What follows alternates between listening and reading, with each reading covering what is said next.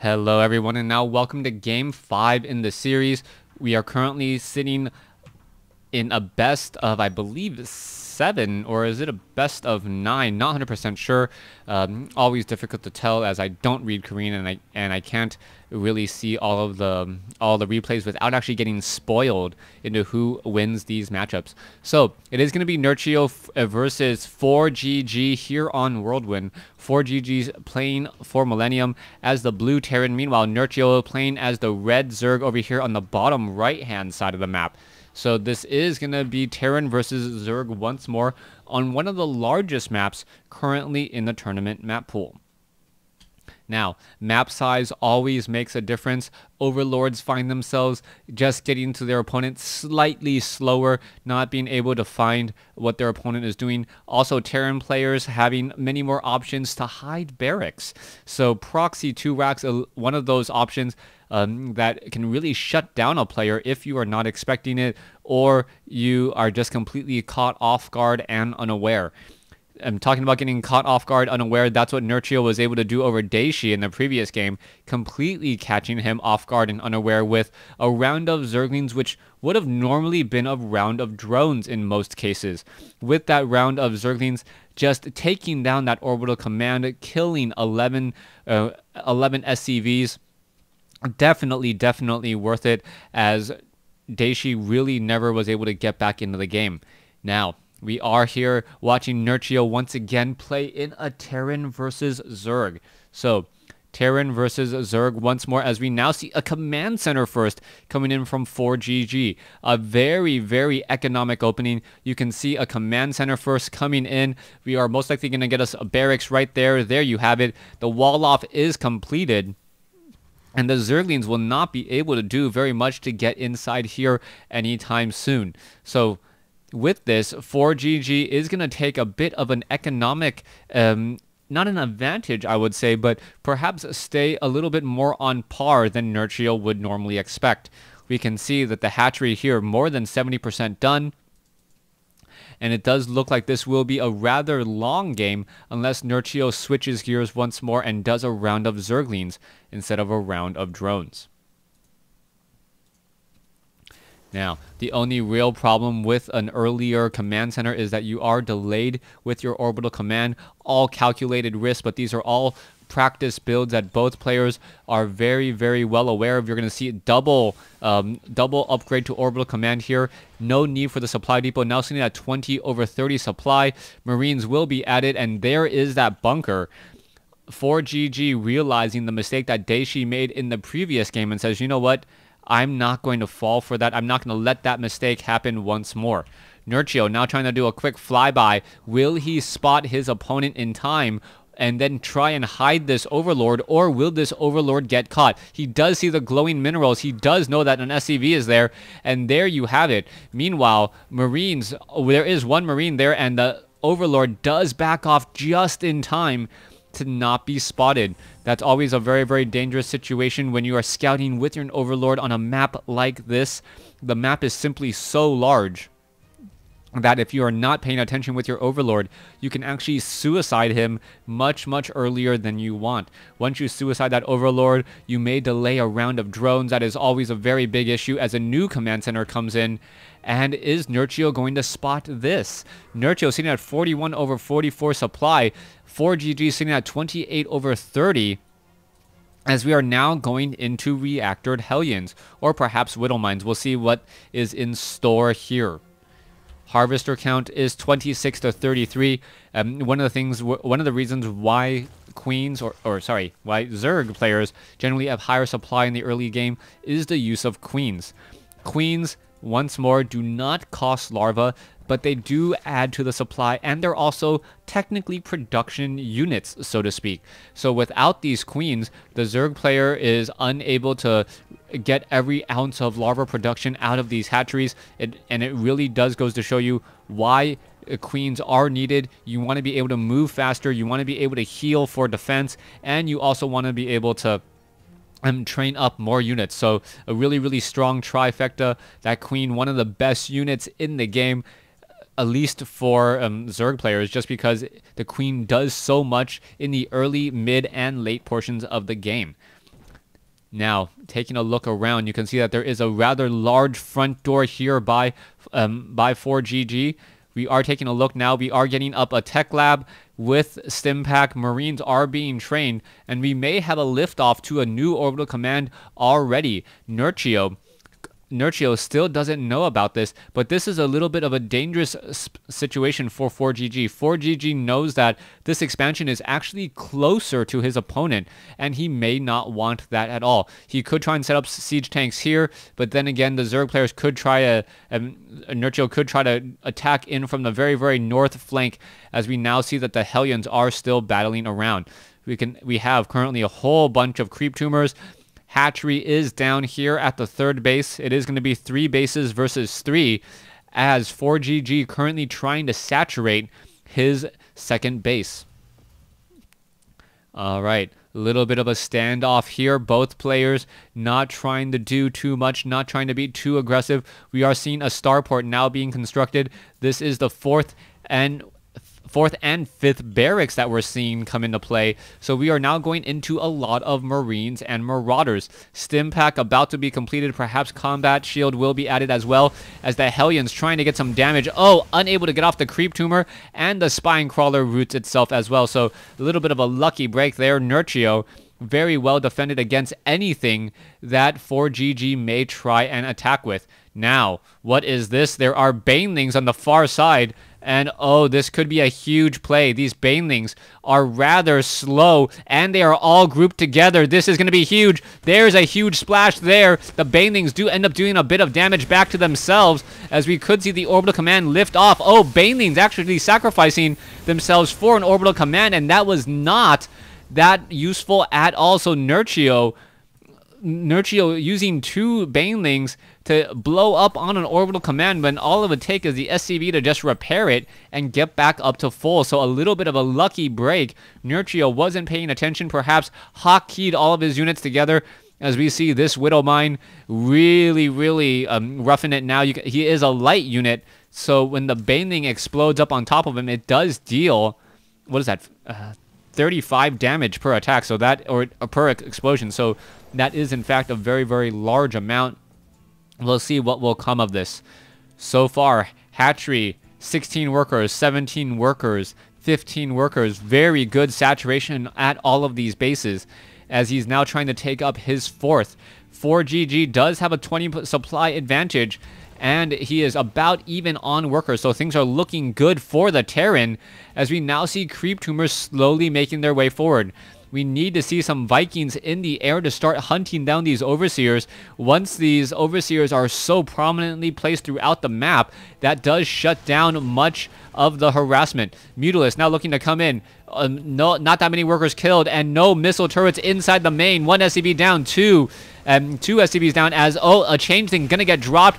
Mutalisk now making their way over here inside the NAT, or the third base, and all the missile turrets have been abandoned, as we see a quick cancellation once more. All right, 1 Widow Mine. Oh, the Widow Mine, is it going to burrow in time? No, it is not. That Widow Mine could have dealt a whole lot of damage to those Mutalisks, as Nurchio is just finding an opening between these 2 bases, constantly hitting from one side to another. All right, the Mutalisks are going to be like, you know what, I'm not going to run back there again. You probably have units all positioned there, and oh, it is going to be a splash, as the Mutalisk does get taken down. Now running into the third base, Nurchio finding a way to deal so much damage with these handful of Mutalisks, and with 15 workers killed, we now see the economic advantage for Nurchio, as 4GG is behind by about 14 workers.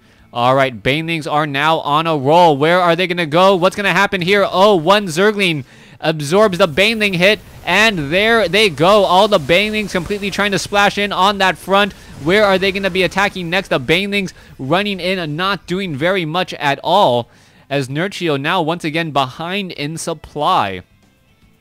All right, how do you handle Widow Mines? You run in a Zergling at a time, and there you have it. So there goes 1 Zergling, another Zerg. Oh, wow, that was a very strong hit there. That Widow Mine getting 12 kills, as the creep tumor is now going to get pushed back.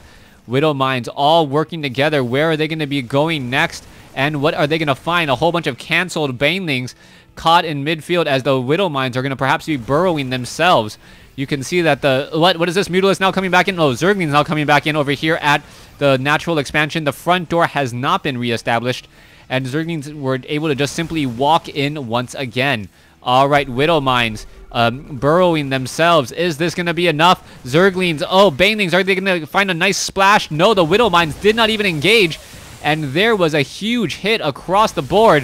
Banelings, oh, Widow Mine's going to take down a huge group of Banelings there. Nice trade. As you now see all the units. Oh, are they going to be able to jump back inside those medevacs? It looks as though no, many of them did not make it. And this is not looking good. All right, the Marines need to get inside that medevac there. Yes, able to be picked up once more and now getting away as we are now dropping here at the 3 o'clock location.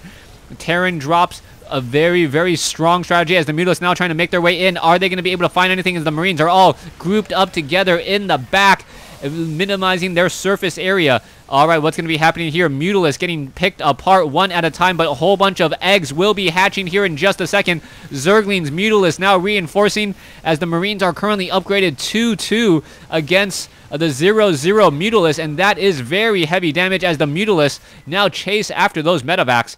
Medevacs cannot fly that quickly forever. And we're going to see all of that damage being added. Oh, there is that Glaive Worm. Bounce, bounce. 2 shots. 1 shot, 2 kills. As the Marines are now once again reinforcing. Very heavy on the Terran Bio, or the Terran Light.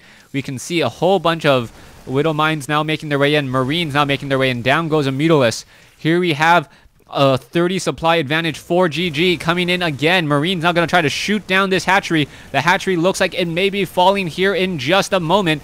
As there goes the hatchery. The broodlings are now out. All right, let's see what's going to be happening next. The Widow Mines being able to push back all of these units once more. The Mutalisks now just trying to hold the Zelnaga Tower as we see more units walking up the ramp here into the 3rd base.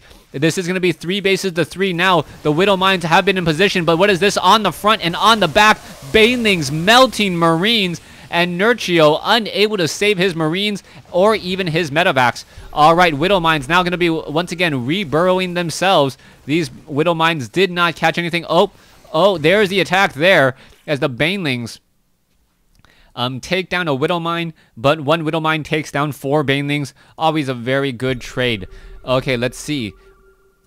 4GG now making a move out with more Marines. He does have a whole bunch of he has a whole bunch of upgrades coming alongside. This is just a pure Marine Widow Mine army as of now, as the Widow Mines are forcing constant production of Overseers. This is an important thing to note.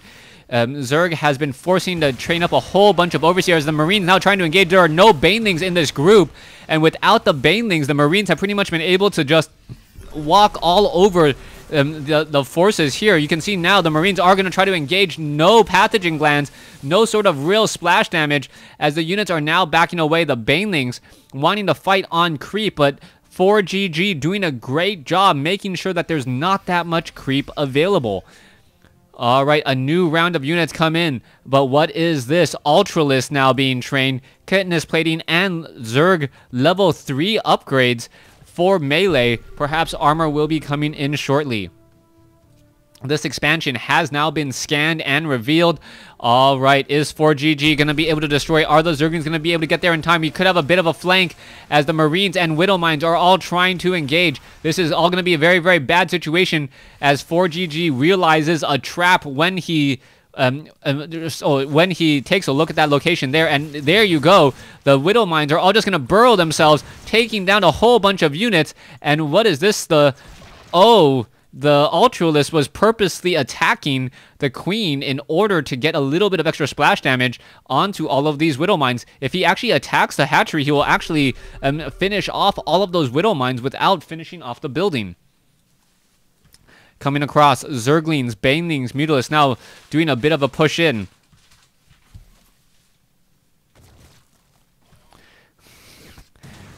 Zerglings, Banelings, and Mutalisks doing a bit of a push in. You can see Marines now trying to engage over here. We are going to see a very large attack. Banelings going to splash, and here we go. The Zerglings are running in, but the Marines are simply too deep. 3-3 upgraded Marines with Widow Mines, as the Widow Mines has almost become the new siege tank. A very fast-moving unit.